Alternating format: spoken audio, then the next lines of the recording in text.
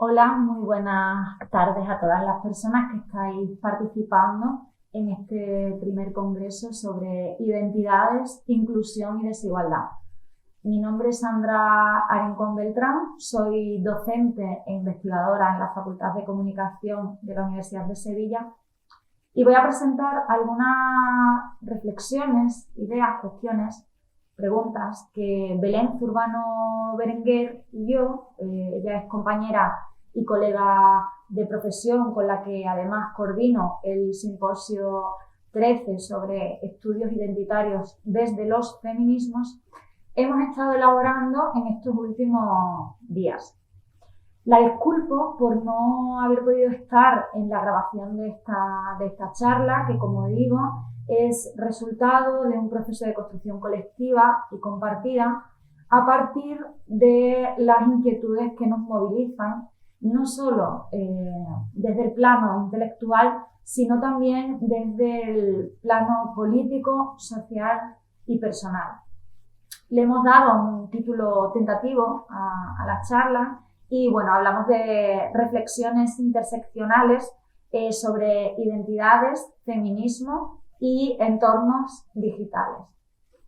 Desde que se popularizó la red y el uso de esta, junto con la integración en muchas rutinas cotidianas de los aparatos tecnológicos, ya sean ordenadores, smartphones, tabletas, etcétera, se han impulsado y consolidado otros espacios de comunicación que funcionan o pueden ser leídos como una extensión de la esfera pública tradicional.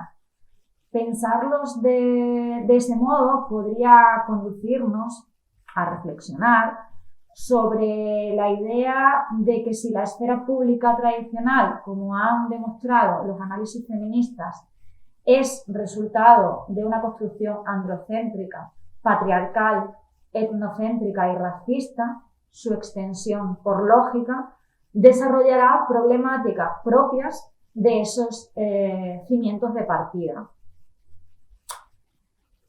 Bien, los efectos de esta digitalización de las sociedades están acompañando a la transformación de la industria de las comunicaciones, generando una reestructuración de la concentración de capital y de recursos, pero no solo. Es decir, nuestra cotidianidad está tecnologizada y esto afecta a la manera en la que nos comunicamos y construimos nuestras relaciones, sean personales, sean sociales, culturales, políticas o económicas. Es decir, afectan a nuestra identidad, tanto personal como colectiva, interviniendo en la construcción de cómo somos leídas por otras personas, cómo nos desarrollamos o cómo nos situamos en el mundo. Hablamos de un mundo que es híbrido, en donde lo virtual y lo digital parecen no poder separarse y en donde esa cultura digital emergente y hegemónica sigue perpetuando otredades e identidades subalternas. Como han afirmado algunas autoras como Wagman o Friedman en varias ocasiones, Internet y los medios digitales son lugares desde los que emergen prácticas feministas con potencial emancipador. También son lugares que permiten conectar e internacionalizar luchas minoritarias que han estado silenciadas, así como movilizar afectos o la generación de identidades colectivas. Una evidencia reciente de dicha conectividad potencialmente emancipadora y basada en pilares sororos, contrahegemónicos y no patriarcales, la encontramos, por ejemplo, en la performance protesta Un violador en tu camino, una acción conocida por todas, que fue iniciada en Chile a partir de la iniciativa del grupo de las tesis y que se replicó a nivel mundial a finales de 2019 en todos los continentes del planeta. Esta acción conectiva, estudiada en nuestro grupo de investigación, las compolíticas, revela cuestiones interesantes que van más allá de la ruptura de la idea de frontera-nación. Nos estamos refiriendo a la imbricación interseccional de luchas locales con movimientos feministas globales. O también, entre otras cuestiones, el potencial de visibilización de espacios geopolíticos a partir de las posibilidades que la tecnología ofrece y de la que los movimientos feministas se están apropiando.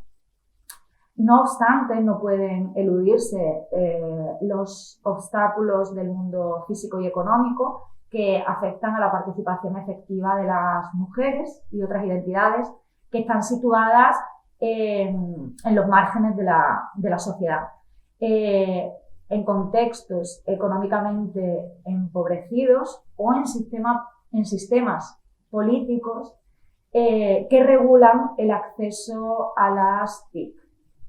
Desde la primera vez que en 1990 el grupo de artistas australianas VNS Matrix se declara abiertamente como ciberfeminista, se han dado pasos hacia adelante en cuanto al reconocimiento y al uso de las tecnologías y de la esfera digital en pro de los feminismos y por parte de las mujeres. Pero es cierto que, a pesar de ello, existen algunos elementos, persisten hoy día como obstáculos para la participación en el mundo tecnologizado. Nos referimos a los roles y estereotipos de género, nos referimos a la violencia basada en el género, la raza o la orientación sexual, e incluso nos referimos también a las voces que mueven la agenda feminista occidental por encima de otras o teniendo más visibilidad que otras. En este estado de las cosas, uno de los ejes de reflexión que nos parece interesante compartir con vosotras hoy y que creemos que debe integrarse en la agenda feminista académica, como la llamamos, es la relación entre las tecnologías digitales y la pandemia y el acrecentamiento de las desigualdades. Hablamos de pandemia, digitalización y desigualdades. Ya ha pasado un año desde que se instauró en todo el mundo la crisis sanitaria provocada por la pandemia de la COVID. En España, pero no solo, el decreto de estado de alarma, el confinamiento domiciliario y las restricciones a la movilidad han estado acompañadas de una aceleración exponencial de la digitalización de la sociedad para la cual no estábamos preparadas. El contacto con el mundo exterior, más que nunca, ha estado generalmente principalmente mediado por la tecnología. Ante la paralización de la economía, el teletrabajo se ha impuesto a marchas forzadas en algunos sectores, pero bueno, sabemos que no todas las personas han podido adaptar su trabajo a esta nueva coyuntura. Pensamos en los trabajos esenciales y en especial los más precarizados desde una perspectiva de género, como pueden ser las trabajadoras del hogar, las trabajadoras de los cuidados o las trabajadoras del campo. Por supuesto, pensamos y no olvidamos aquellos trabajos que no son reconocidos como tal, pero que forman parte de la economía informal que posibilita el funcionamiento del sistema productivo. Las videollamadas, sobre todo durante el confinamiento domiciliario, se convirtieron en la forma privilegiada de socializar y de mantener el contacto y los vínculos con las personas queridas. Las redes sociales, al menos en España, han visto crecer el número de usuarios en 1 millón respecto a 2019.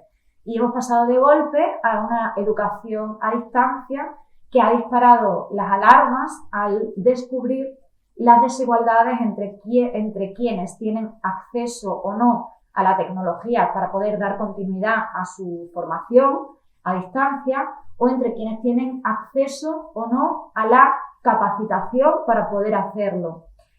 Por ejemplo, pensamos además que intervienen otras cuestiones relacionadas con elementos ambientales o del entorno de los propios hogares. Esta crisis, esta emergencia, ha visibilizado la multidimensionalidad de los problemas que enfrentamos como sociedad, evidenciando las desigualdades estructurales que son persistentes, sean ambientales, económicas, sociales, raciales, culturales o digitales, todas ellas atravesadas por el género. ONU Mujeres, en su informe From Insights to Action, Gender Equality in the Wake of COVID-19, no titubea el impacto de la crisis sanitaria sobre mujeres y niñas, plantea un escenario desolador y de retroceso en materia de derechos. Para los próximos años se prevén que aumenten los niveles de pobreza femenina a nivel mundial, se agravie la brecha de género para 2030, el abandono de la actividad laboral de las mujeres por el aumento de las cargas de trabajo reproductivo se acrecentará y la reducción del gasto público o privado en servicios esenciales también afectará de forma especial a las mujeres. En este sentido, cabe poner sobre la mesa de debate la implicación que la tecnología debe tener para contribuir a paliar esta escalada exponencial de las desigualdades, situándolas o resituándolas como aliadas de los movimientos sociales, del tercer sector y de la justicia social a nivel global. Algo que parece ir en dirección contraria o en dirección opuesta si atendemos a algunos estudios recientes, como por ejemplo el último informe comparativo elaborado por el BBVA Research sobre la digitalización mundial, en donde se muestra cómo la brecha digital es un elemento a tener en cuenta entre los países llamados desarrollados y los países llamados en vías de desarrollo. El estudio se llama Digits, por si a alguien le interesa echarle un vistazo. En este sentido, hacemos un llamamiento a la reflexión colectiva sobre la responsabilidad pública en el uso de la tecnología en procesos de desarrollo local como elemento de ruptura de los procesos de empobrecimiento acrecentados por esta crisis sanitaria. Y, ¿por qué no?, como un eje fundamental de los proyectos de cooperación al desarrollo. Emplear la tecnología como una aliada contra la desigualdad, considerarla un bien o un recurso común en vez de un elemento económico capitalista, coadyuva implícitamente a la consecución de las agendas feministas globales, permitiendo atender a problemáticas y retos locales, pero desde una perspectiva que sea global.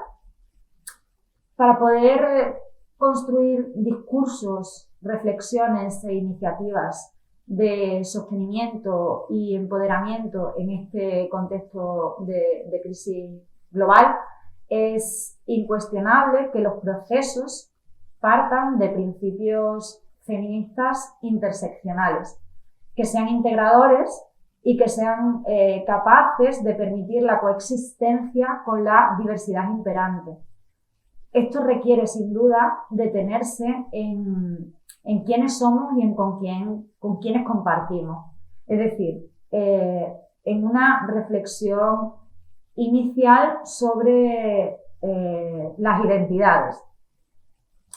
¿Cuál es, en este punto, nuestra idea sobre las identidades? ¿Cómo pensamos y reconocemos la identidad? En primer lugar, hacemos un pequeño ejercicio igualado al que ya hicieron las primeras ciberfeministas en el encuentro internacional celebrado en 1990 en Alemania, en el inicio de lo que se conoce como la tercera ola feminista. Cuando pensamos la identidad, no lo hacemos desde una sujeción estática, prefijada, dada o inmutable. Es decir, no lo hacemos desde un lugar que no sea afectado con su entorno o con su contexto. La identidad va más allá del sentido de pertenencia a un grupo, a una ideología, a un pueblo o a una nación. Reconocer la funcionalidad de estos elementos implica la necesidad de reconocerlos como parte de la construcción de procesos identitarios que van mucho más allá de una lógica de adherencia. Intentamos pensar la identidad desde una perspectiva crítica y feminista, desde el constructivismo social que huye del determinismo esencialista o biologicista, pero que también huye de aquel determinismo que se constituye únicamente sobre el estructuralismo. Siguiendo a Fraser, por ejemplo, para entender, y cito textualmente, la dimensión de género en la identidad social, es necesario estudiar las prácticas sociales históricamente específicas a través de las cuales se producen y circulan las descripciones culturales del género. Es decir, una identidad social implica la vivencia, implica la experiencia de vida, implica actuar de una determinada manera, darle un sentido y un significado e interpretar esa manera de estar en el mundo, construirla discursivamente en un contexto determinado y reconocer que con el paso del tiempo esa identidad será modificada, como afirmaba Melucci, desde la perspectiva de los movimientos sociales. Pensamos las identidades como procesos que están en constante construcción y deconstrucción. Procesos mediante los cuales se generan relaciones, estructuras cognitivas, pero también vínculos emocionales.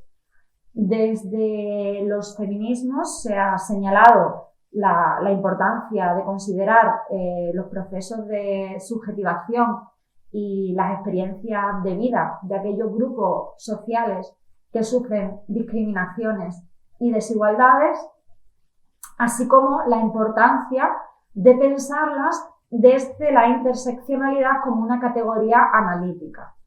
La interseccionalidad no debería funcionar como una forma de relativizar o comparar situaciones de desigualdad en una carrera competitiva para ver qué grupo es más oprimido.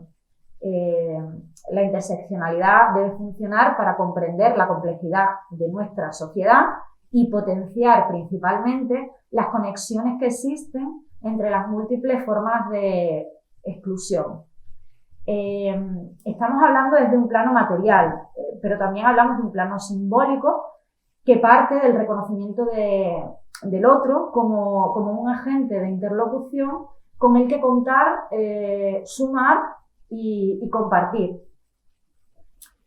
Aquí es importante recordar la crítica de Nancy Fraser también hacia la falsa antítesis entre políticas sociales, redistribución, y políticas culturales, reconocimiento.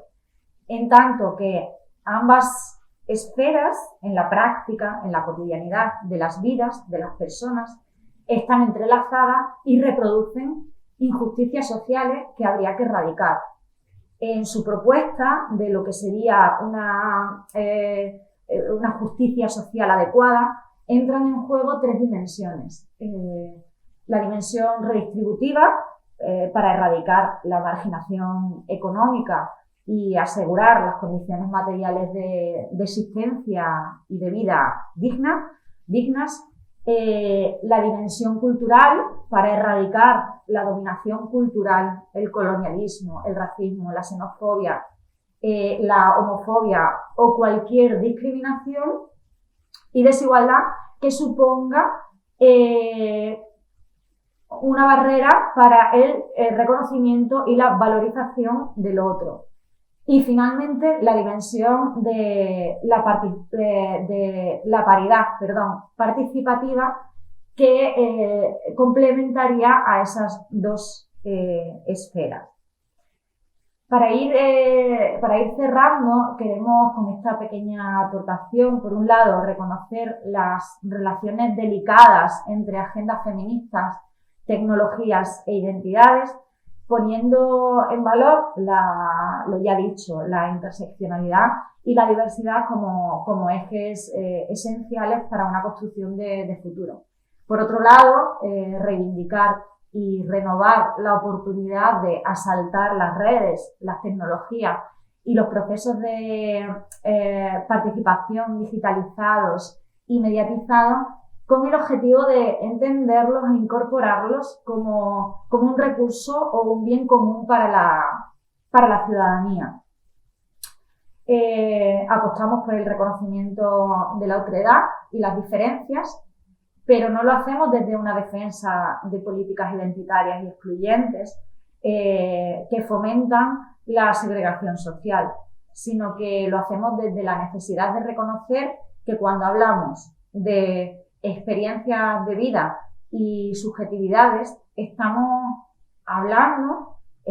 afirmando que ambos elementos constituyen las condiciones materiales de existencia de las personas, de los colectivos, de las minorías, y que son esas condiciones materiales las que evidencian el necesario desarrollo de la identidad personal y de la identidad colectiva. Identidades que hoy se hallan profundamente mediatizadas, como hemos dicho, por las tecnologías y por el entorno digital, y sobre las que podemos y debemos construir un mundo más justo, en el que dentro de las agendas feministas revisitemos esa idea de asalto tecnológico con la finalidad de mermar, entre otras, las desigualdades acrecentadas por la crisis pandémica global, pero sobre todo la defensa y la construcción de un acceso y de una adquisición de competencias universales que estén direccionadas hacia el uso tecnológico de todas las personas. Con esto finalizo la intervención. De nuevo, agradezco la oportunidad en nombre de mi compañera Belén Zurbano Berenguer y yo de poder estar compartiendo un ratito en este simposio, y espero que sea muy productivo para todas las personas que estáis participando, y que estamos pendientes de escucharos en vuestras comunicaciones, investigaciones y aportaciones. Que tengan una buena tarde y que disfruten del congreso. Un saludo.